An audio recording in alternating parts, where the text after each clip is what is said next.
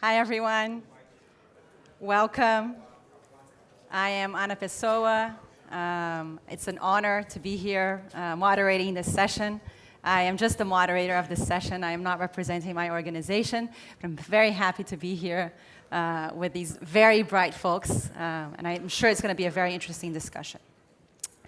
So today, the conversation is going to be about the idea of this traditional classroom has been challenged for many, many years, as we know. And there have been multiple attempts to try to figure out what are the best solutions, what are the best methodologies. So the question is, should we innovate or should we disrupt education? Should we think about schools in a different way?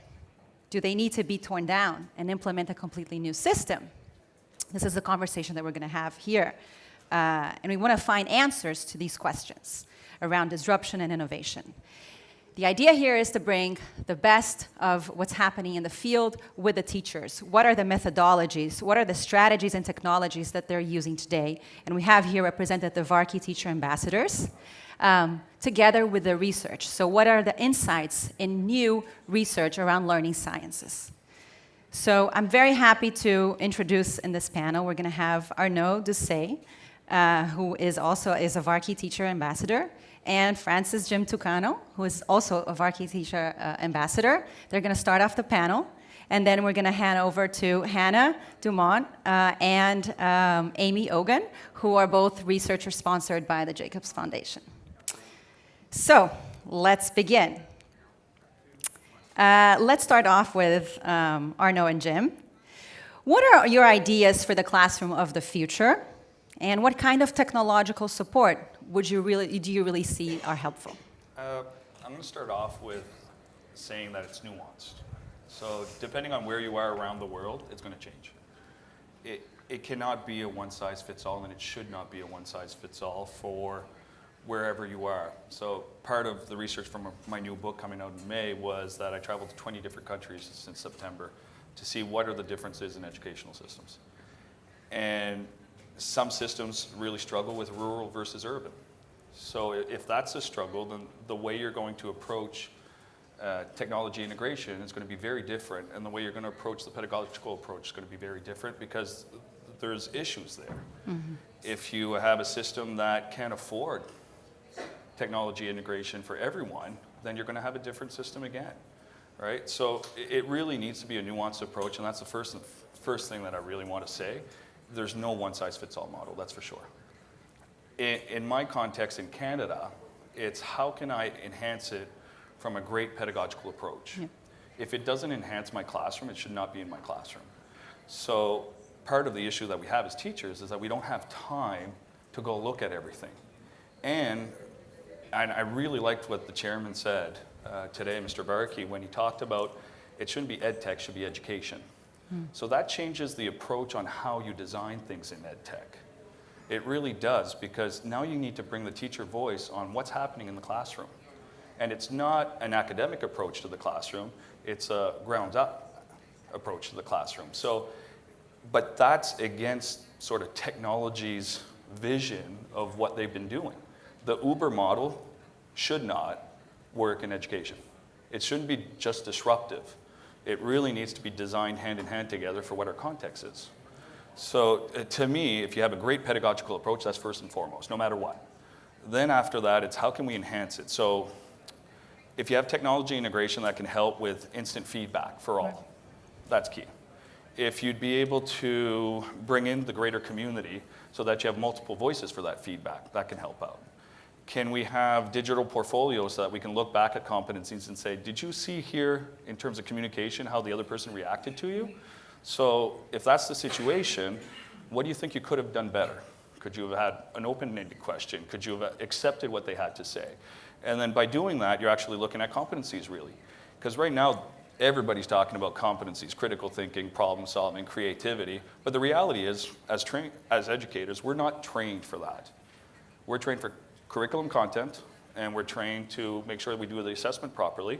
And that's basically our professional development when we go through initial teacher education. So if that's the case, and now you're asking us to pivot towards competencies and towards skill-based and towards social-emotional learning, Well, we need help with that.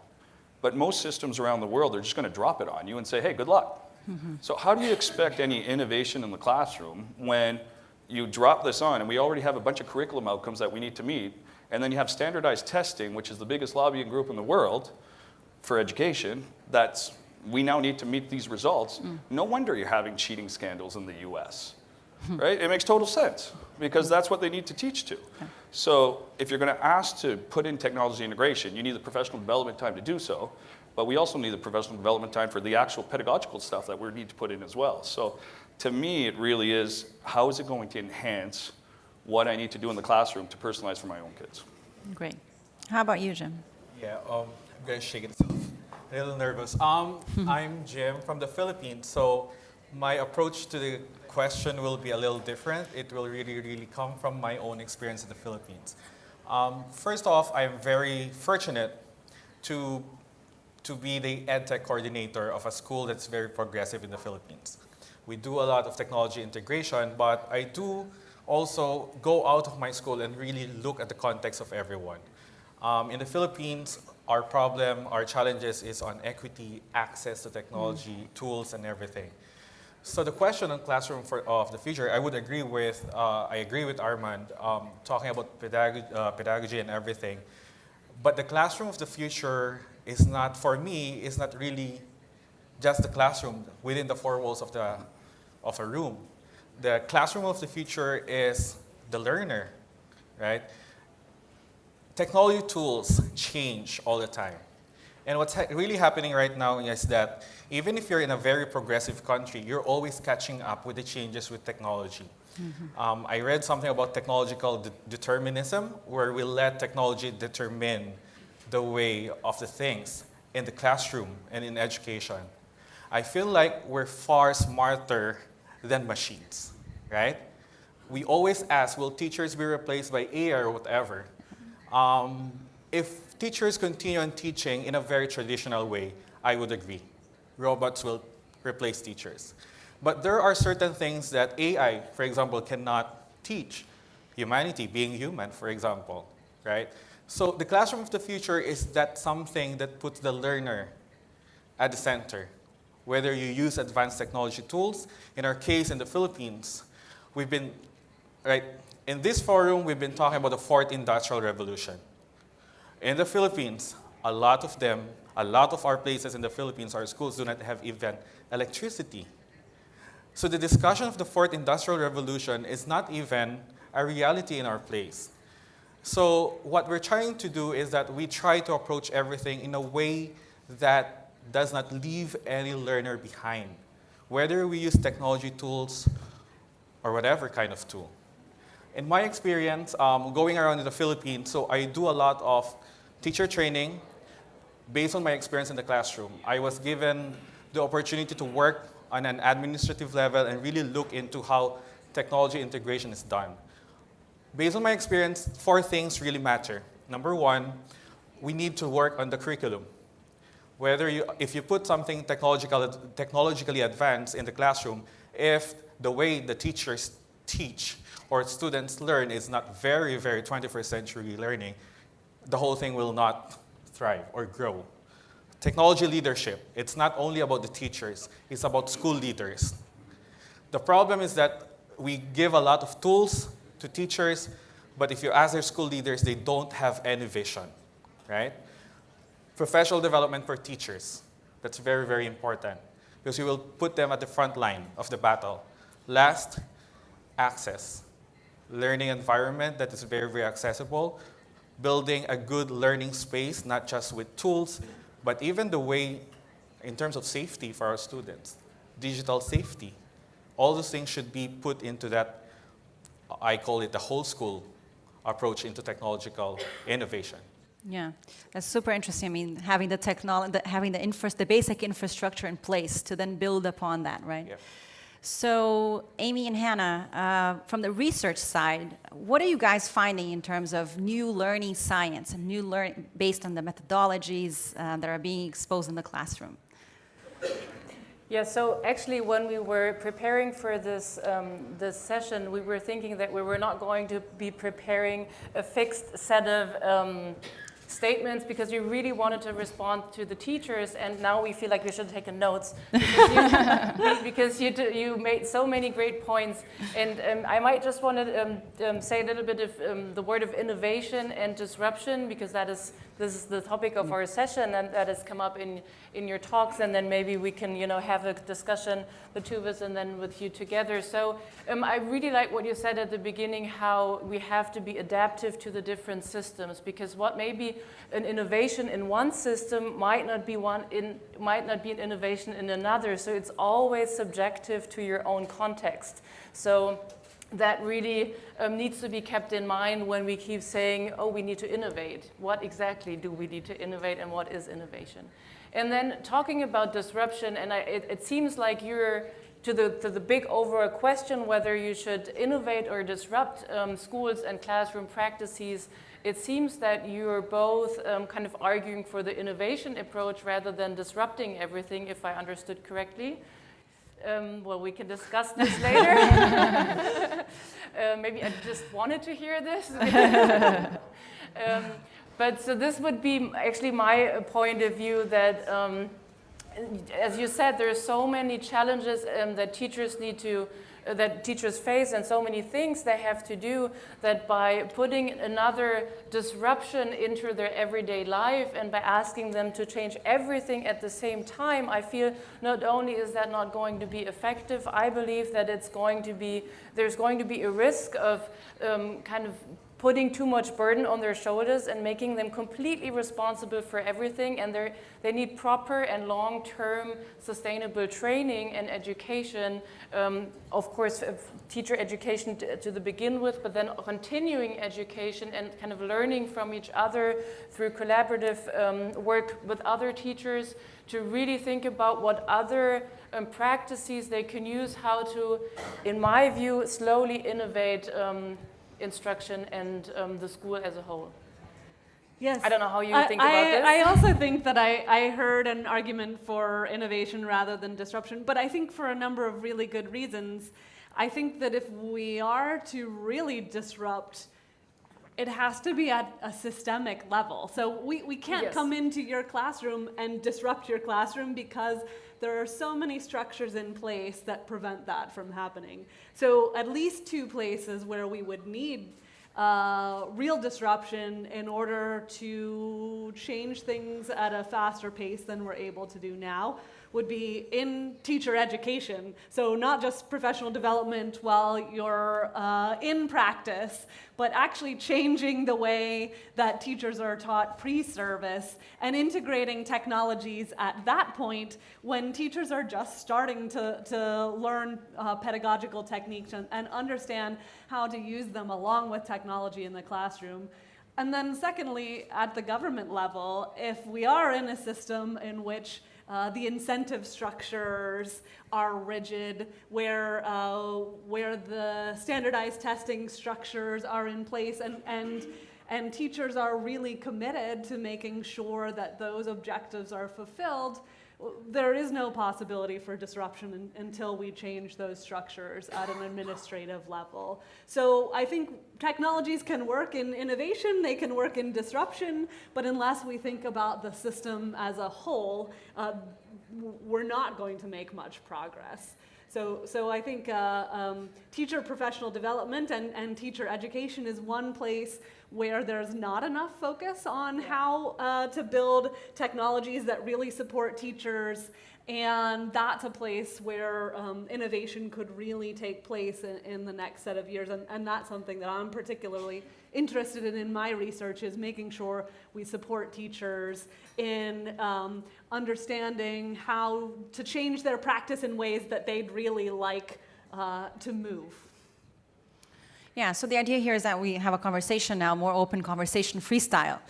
Maybe I'll start off with maybe a question around that. So have you seen some examples of concrete research put into practice, both from the research side that you maybe could share, it could be around teacher professional development, and then from the teacher perspective, how do you use the research to inform your actual practice? I can start. I want to answer that question as well. Yeah. So I think that's interesting. And I think it goes hand in hand with your question as well.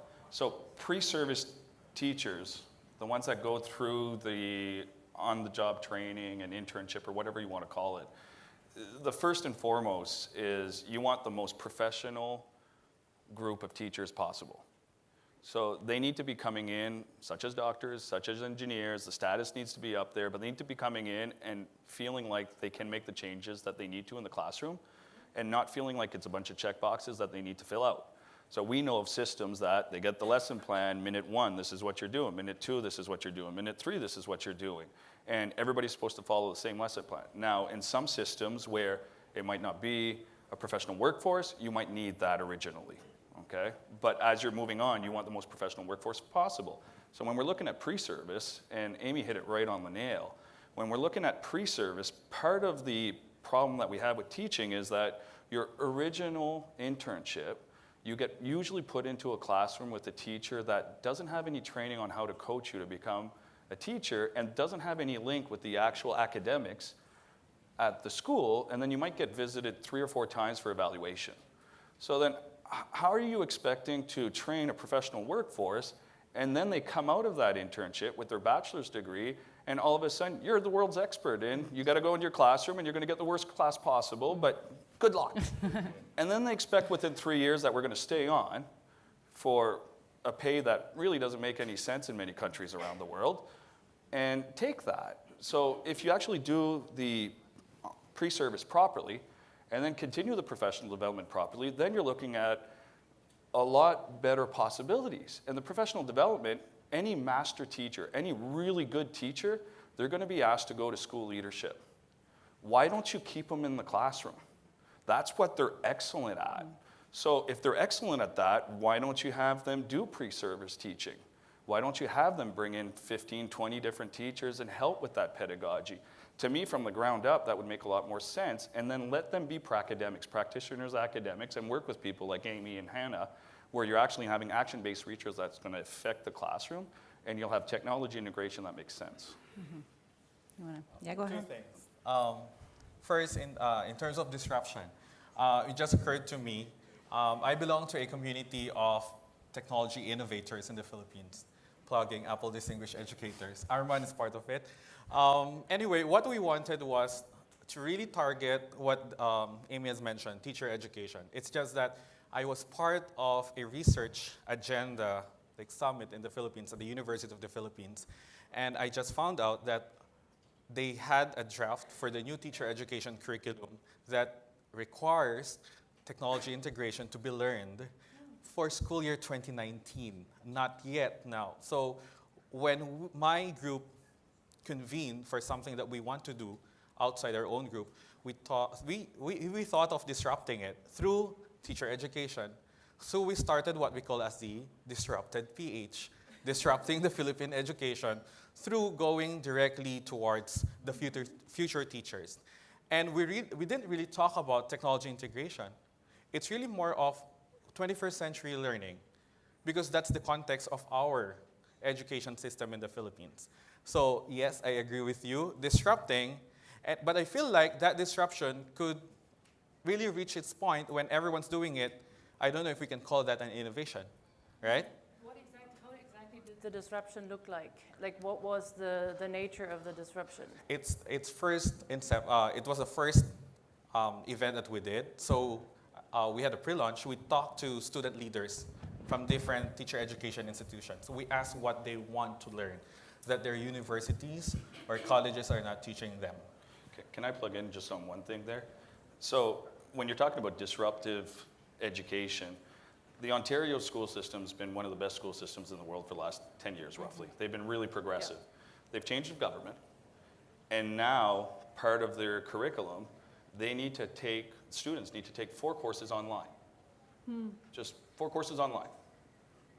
How does that help competencies? Social emotional learning. The kid needs to be motivated intrinsically, hopefully, and to be able to do those courses. Some of those kids are not going to be able to finish those courses. They're going to be bored out of their mind, but it's because of a change of politics that this is how disruptive ed is going to happen. The reality is education oftentimes should be apolitical.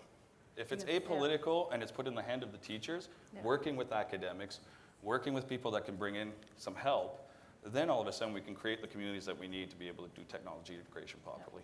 Right. So it sounds like those online courses were put into place without a set of goals and an understanding of how Or the without asking implementation teachers? And no input from the teachers. Okay, Yeah. yeah. Right. So disruption without any principles in place Yeah, it doesn't doesn't make sound sense. like a disruption that moves us towards that positive vision of the classroom then- of the future. I mean, maybe disruption, or we need disruption in the sense of the very long-term goal is like a different system. And I mean, yeah, but the way to get there should not be disruptive. So you know what I'm trying to say? That yes. It's not the bricks and mortar are obviously obsolete in many ways, right? Yeah. You need the kids to be able to connect online. You need them to be Yeah, able to yeah. do it face-to-face as well, right? Networking is important, but it's not just done online. It's done Yeah, face-to-face yeah, as yeah, well. yeah. So the bricks and mortar obviously need to pivot, but the problem is that there's so much invested in the bricks and mortar, and there's so much invested in those schools that government doesn't have the money to be able to just pivot. So we need to figure out how we're going to use that while at the same time have an online presence that makes sense. Right? Right. Go ahead. Yes, Well, please. you of had course. a question in research. No, go ahead. I belong to the group of VARKI teacher ambassadors, former teacher prize finalists, and we had the opportunity to work with Dr. Richard Churches of the Education Trust Fund from London, and it was a very encouraging, empowering experience. We work on teacher-led researches. We're not expert researchers, but the message that I've got is that we need data to inform the decisions that we have. I mean, like, I'm not for data to dictate what's going to happen in my classroom, but having that kind of opportunity to research on the approaches that we have, on the things, because the tendency is like systems, whether the government system, the education ministry, or even just the school leaders, sometimes they just, hey, use this new thing, because they've been talking about it internationally or whatever. It's the new thing that I've heard in the conference. And it's always a question of whether this will go through or whether these teachers will really push for them. So having that kind of opportunity really gives back the control, the decision power to the teachers. Because most of the time, all the decisions that should be done for the classroom are not made by the teachers. And doing research is one way of putting, again, the teacher into that kind of decision-making power, right? And it fits the design thinking mindset, right? If every teacher is also a designer, and you walk into your classroom and you need to design for the year, the semester, the day, then you're going in empathetically and asking the right questions on how can I reach the kid. So if I'm going with that approach, exactly like you're saying, then I'm designing for everybody, but then I need to personalize for individuals.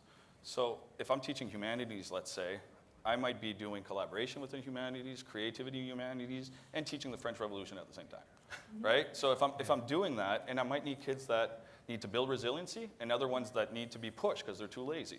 So if I'm going to personalize in that manner, I got to figure out, okay, well, how does this work, right? So how do I create the right culture? How do I personalize it in that way? And I think that's exactly what you're saying. So I love this idea, like citizen science, but in the classroom. And so one of the things that I think can really help you understand your own classroom and to work on innovation within that space is a set of tools that could provide the support that you need in order to do that in a systematic way. And so one of the things that we've been working on is a set of sensors in the classroom that collects a lot of data about what's happening, about teacher actions, how the students react to those teacher actions. But then the critical piece of it is an app that the teachers can use afterwards, and actually beforehand, where they can set goals for the day. Then they can, after they actually teach, look at what happened. They can evaluate their performance and what the students did. They can reflect on it. They can think about changes that they would like to make for the future. But it's really about setting your own goals and understanding the actions that you took and whether those goals were achieved. So my pushback on that is, Yes, please. I think it's a phenomenal tool. As a teacher, I think it would be brilliant. I have got two fears. One, what happens with the child's data?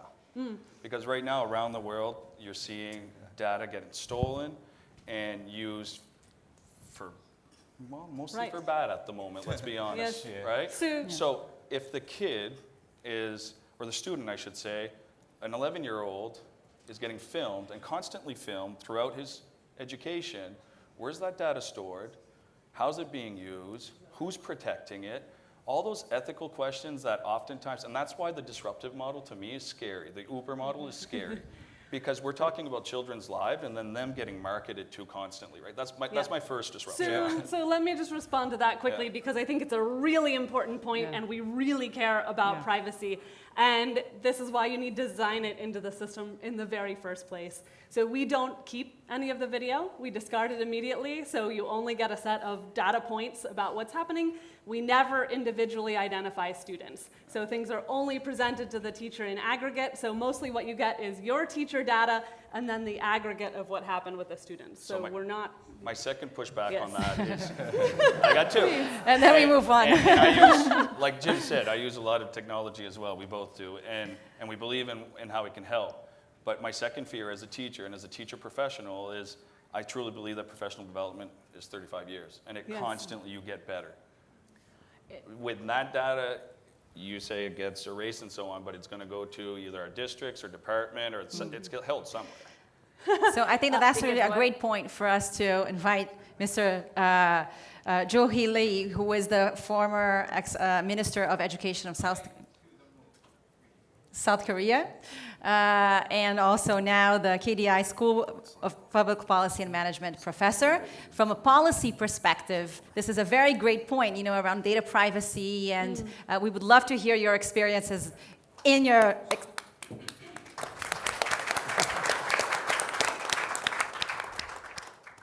So maybe, I don't want to take sides with them, but maybe here. Yeah. So it's great to hear from the teachers about the limitation and problems of current system. I totally agree with it.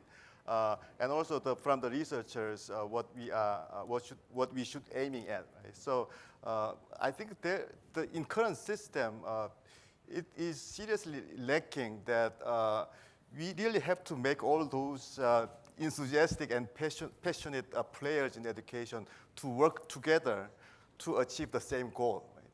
I think there are several big ideas that could be really good if they can be implemented in a systemic and coherent way. Right? So why don't we think about the way we can turn those big ideas into action, making those passionate people working together. Right? So, so there is one example. We really have to strike the balance. The first balance is between education technologies and pedagogies. So we all agree that there is a big potential of education technologies, but technology alone cannot make impactful change. We all agree, right? So these technologies is so-called require a digital transformation, meaning that we really do redefine the industry. So digital transformation in mobility changed the whole industry, right? Car industry and so forth. So these digital technologies, employing AI and so forth, really require education. We should redefine education totally in a different way. That means from teacher education and assessment, everything should be changed.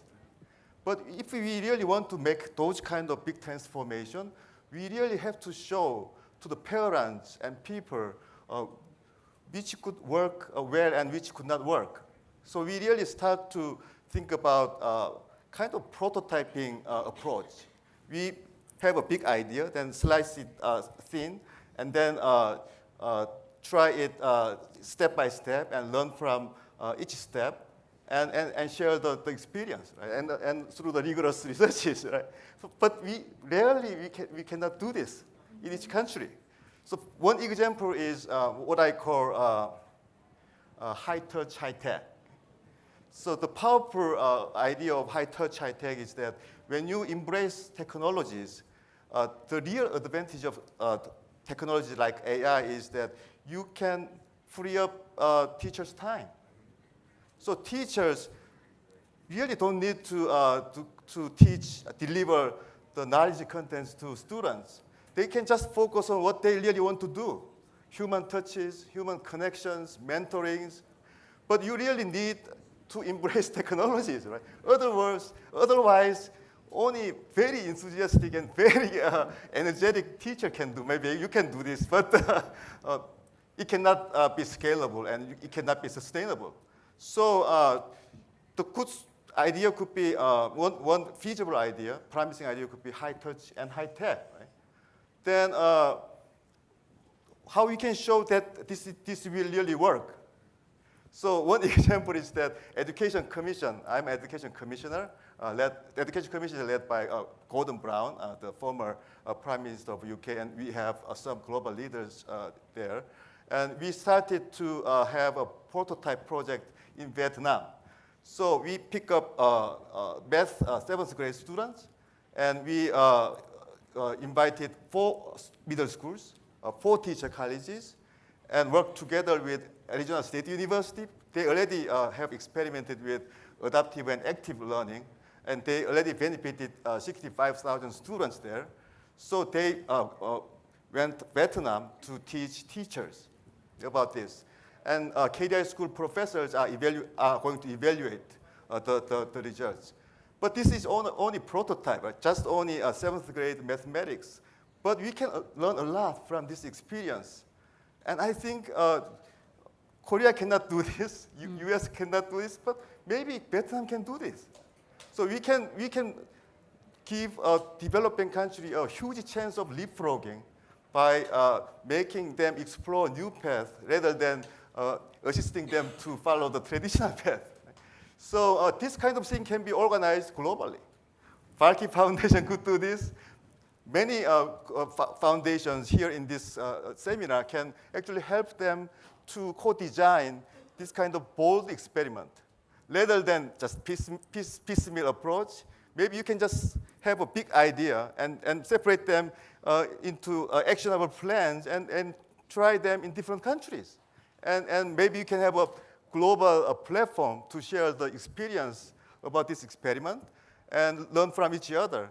And this kind of huge chances are now it's missing, but maybe we can collectively make an action right now. Right? Yeah, that's great. I think it's off. It seems that collaboration is critical. Do you guys have any questions directly here and want to intervene here? I just think maybe to add to just how students need guidance as they learn, I think teachers also need guidance to use these new technologies in their own work. Yeah. So they need experts to help them become experts at using these technologies for their students and also for themselves. So the teacher education is really critical, but at the same time, we need a good project to show the people and parents this is really working. So I think he's right on that in terms of part of the issue that we're having with innovation is not just teachers wanting to use technology integration properly or teach competencies. It's that the community as a whole have all gone through the education system. So by all going through the education system, they all believe they're experts, right? That's the norm. Any teacher that sits down at a table will get an earful from anybody that wants to give their opinion about education, and researchers as well, right? Researchers as well. So how do we build the greater community? How do we build the greater community to participate in the education in a respectful way that we are pushing innovation? And what he was saying with the Education Commission and with their innovation that they're doing, it's a holistic approach where everybody's involved and teachers get to try different things while at the same time test things. So if you're looking at mathematics, which is a great subject to look at, AI is a great tool in this situation where as a teacher you might be teaching to the whole class looking at math's impact on building bridges, let's say. But you might have 3 kids that can't do the scaffolding for multiplications. Well, that's where the technology integration can help out, because you can now put them on an iPad or a tablet of some sort. They can learn the multiplication tables, get tested multiple times, see if they really understand it, then put them back into the group. It's a bit like sports or music.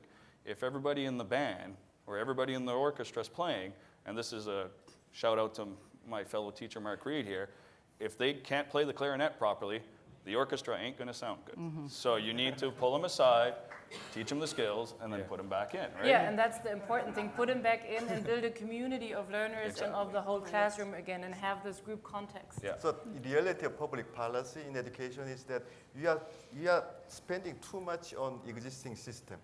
So expanding the existing system and just modifying a little bit about existing system. But we all know existing system has a lot of limitations.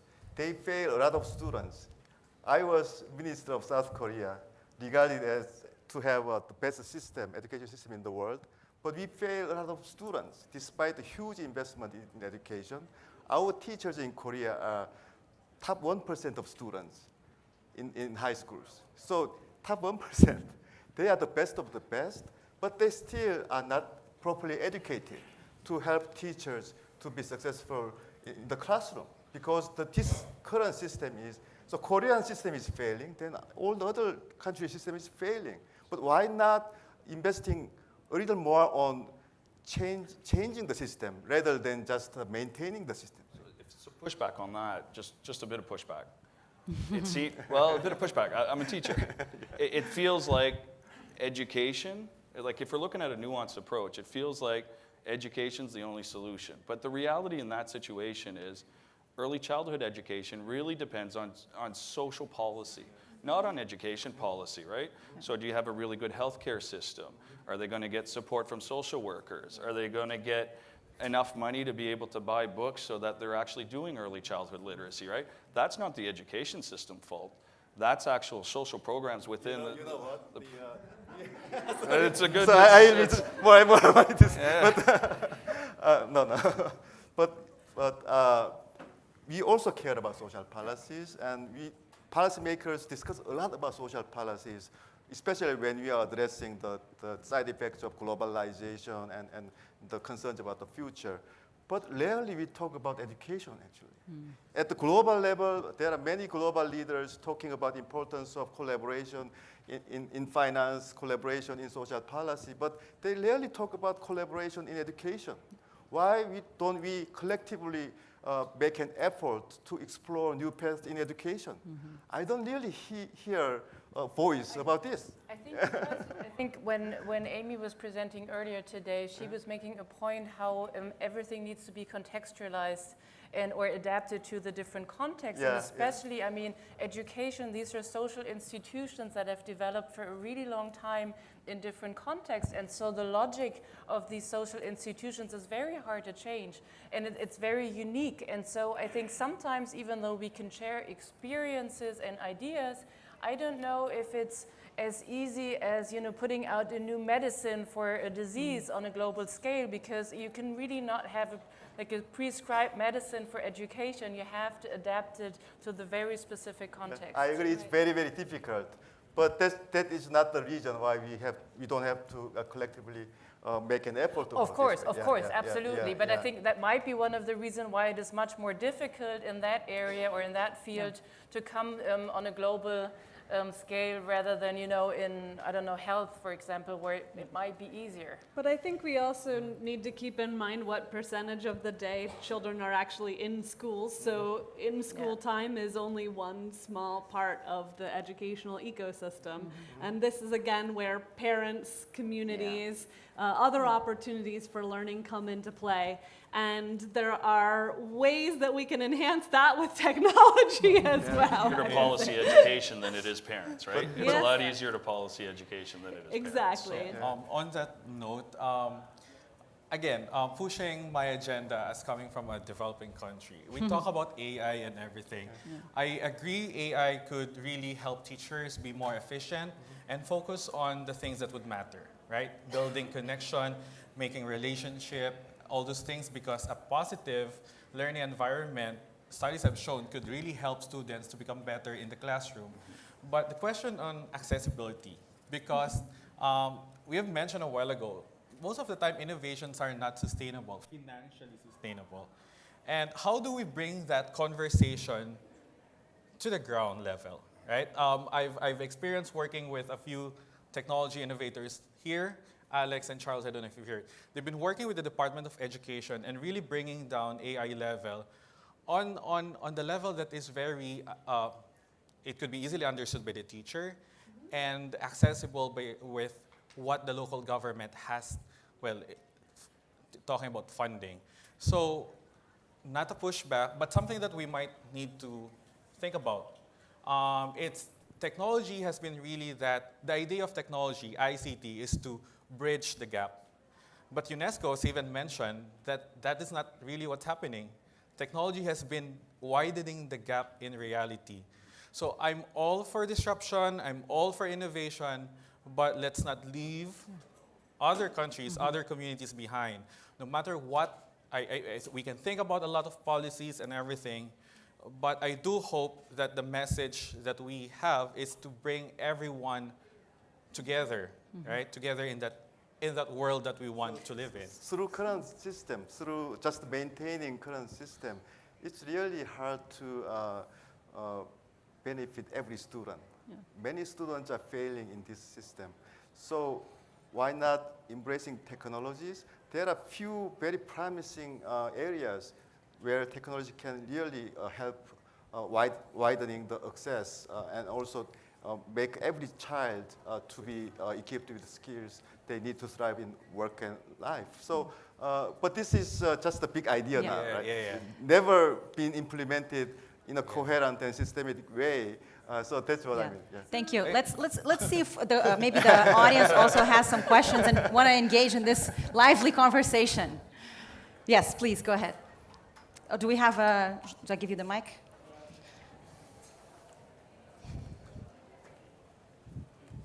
Maybe there's another. Can you just pass me? Thank you. Just give- Hello. Yeah, I think there's been some really good discussion there in regards to what's the role of teacher in EdTech, what's the role of the expert. So just to give you kind of an idea of what EdTech companies do, especially when they're trying to get into schools and in front of the teacher, actually the first point of contact, the first exposure to EdTech is actually the teacher. Very rarely do we expose it first to the expert in EdTech or the Minister of Education. Actually, they probably come a bit later. So for us, as Zish, as a company, we learn a lot from teachers. And then, off that feedback, then we try to work with governments and we try to work with the experts to then try and get the right PD that would help best for teachers. But there is a massive gap. A lot of the work is being done by the EdTech companies to bridge that gap. But I think, as governments, as teachers, and as experts, we could do a lot more to bridge it. So I think there is kind of that point of discussion there.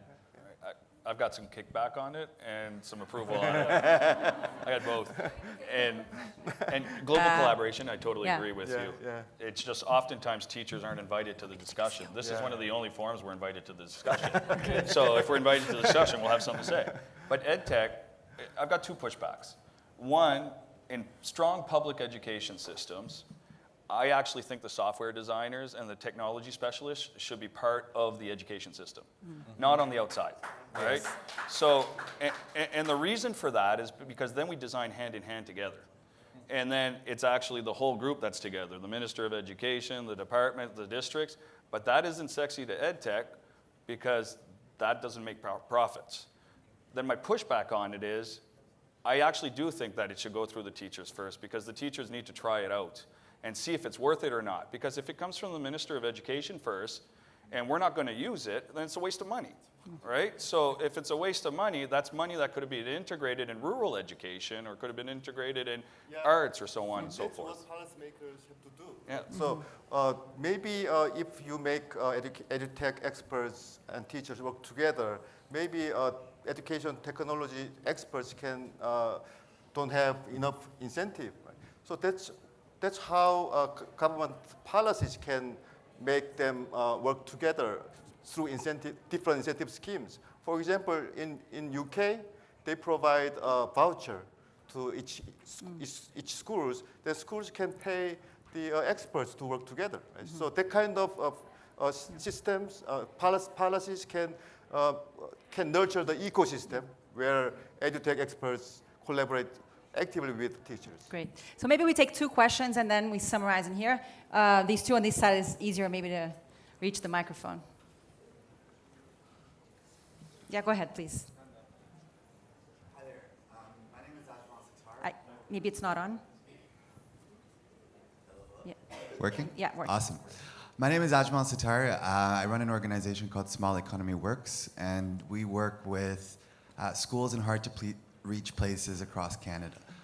We've primarily worked with Indigenous people in Canada's high Arctic, and we created a 3-year course around social innovation, social enterprise, and learning the skills that you're talking about. We co-created the whole thing with students and teachers, and we were hired to co-create and iterate for a whole year. Now we're in a position where we're starting to deal with this issue of the teachers who have taught in a certain way for so long not fully buying in. And if we go direct to the students, which is not sustainable, everything is going great. So what does the systems change look like when teachers who are overworked and don't have time to upskill themselves to learn the new technology become these entrepreneurial, self-driven leaders themselves to instill that within their students? Should we take the next one and then we respond just to have more time for more questions, please? Okay. Hi, my name is Rashida Zafar. I'm from the Erasmus University in the Netherlands. I'm a law and technology professor. At the same time, I am one of those tech geeks who actually builds her own platforms. So I've built several educational applications for formative testing with games or whatever. I would like to push back on the idea that going digital would save teachers time. I mean, the investment I have to make before I can even use the products that software engineers bring to me, it costs me way more time than actually going and standing in front of a class and having my teachers listen to me or having my students listen to me. So what would you say would be a better way of having teachers more engaged with technology? I believe that teaching teachers about technology, everybody has their own cup of tea. Some teachers just need to stick to the old guns. And other teachers, tech geeks like we need to go and do our own thing. So what do you think about that? Yeah, thank you. Yeah, please, there's 2 questions. I think you're going to go for the first one or the second one? Second one. Okay, so he's going to answer the first one. Go ahead. So when I was a minister, I was very ambitious and asked teachers a lot of things. And the teachers are complaining that you are just adding one and one and one so that they were too much burdened. Right? So the key issue in making a change in education is the balancing the burden of teachers. Otherwise, teachers cannot deliver all the missions. So that's why I really take notice of the possibility of education technology to reduce the burden. I agree that in current system, it's almost impossible.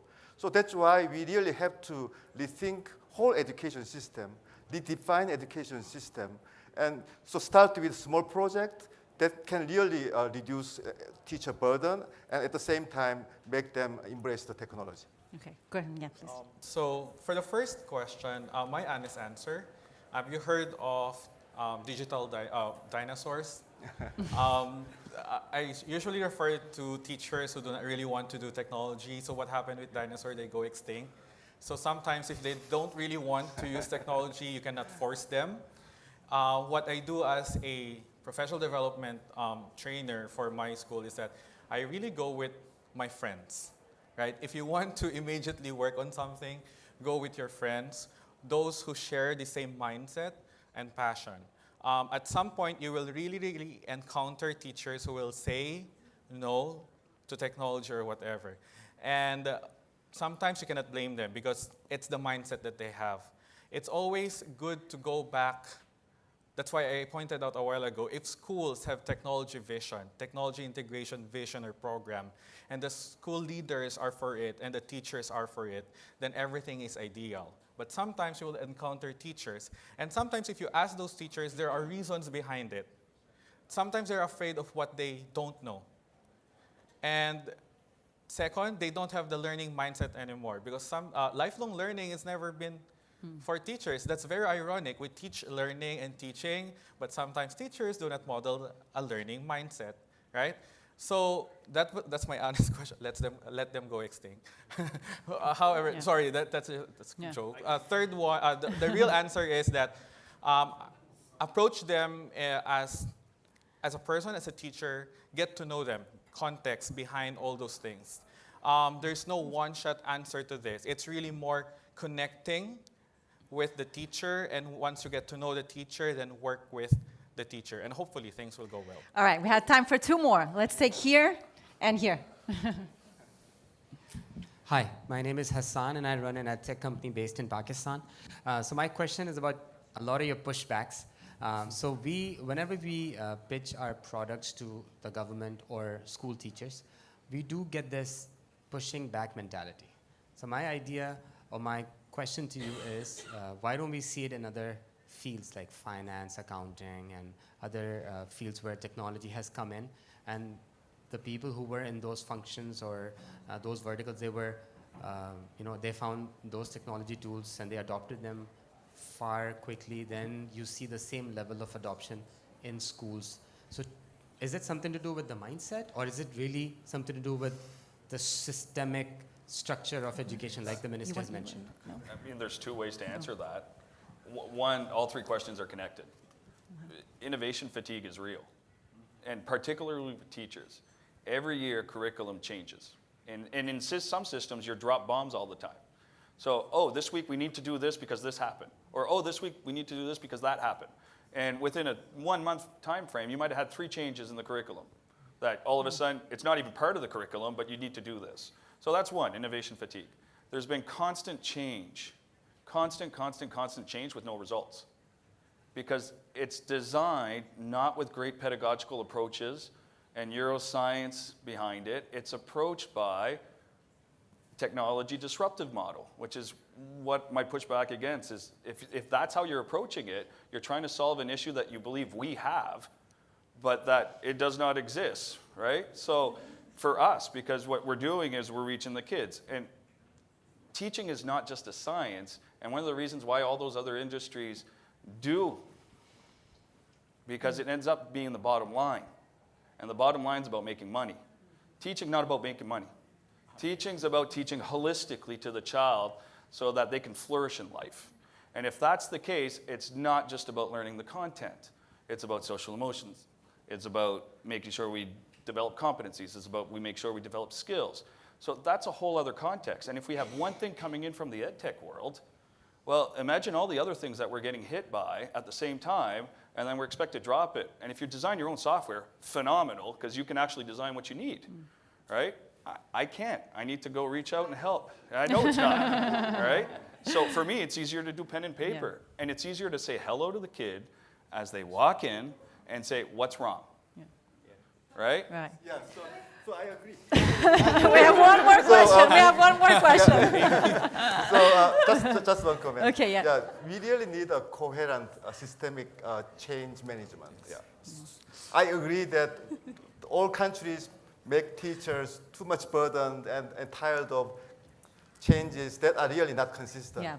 And we really need long-term commitment, globally and nationally. Yeah. Yeah, great. So last question. I get the last one? Yeah. Thanks.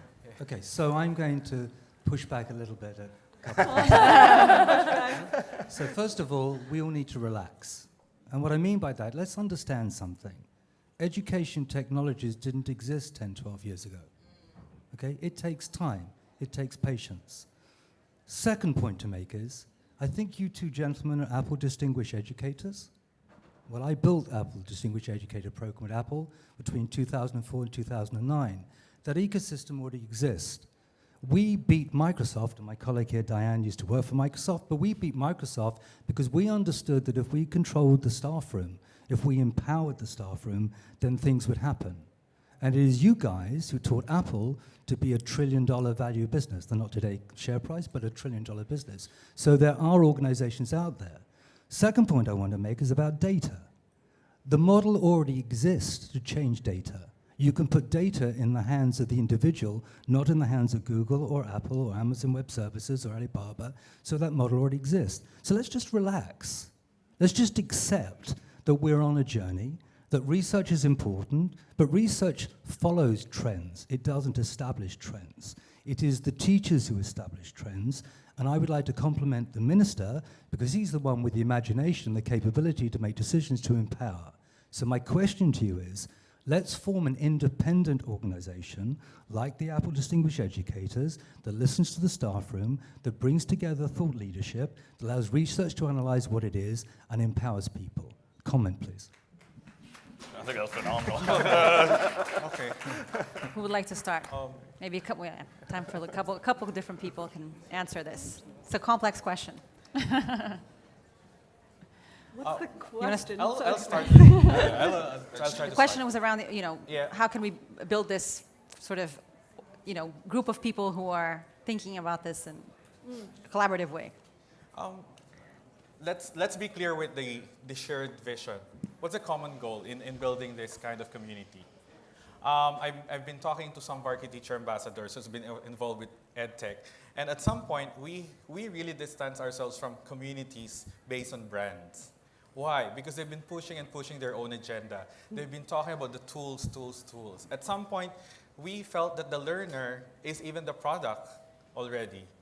And we had that kind of reflection, Mio and Hannah there.